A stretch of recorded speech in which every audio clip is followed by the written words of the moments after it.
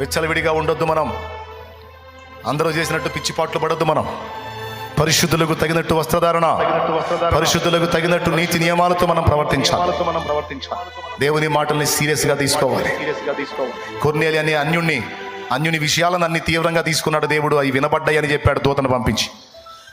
నా విషయాలు కూడా దేవుడు సీరియస్గానే తీసుకుంటాడు. కాబట్టి దేవుని మాటల్ని తీవ్రంగా తీసుకోండి. నువ్వు ఎంత సీరియస్గా దేవుని విషయంలో ఉంటావో అంత సీరియస్గా నీ విషయంలో దేవుడు స్పందిస్తాడు.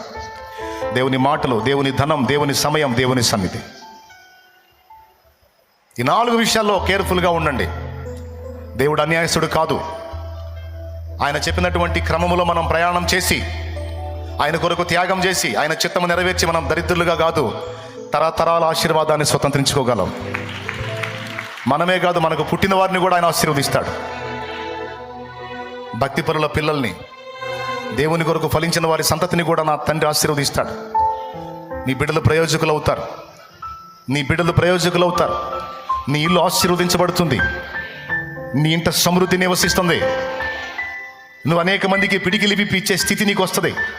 ఆ స్థాయిని దేవుడు నీకు ఇస్తాడు తప్పకుండా.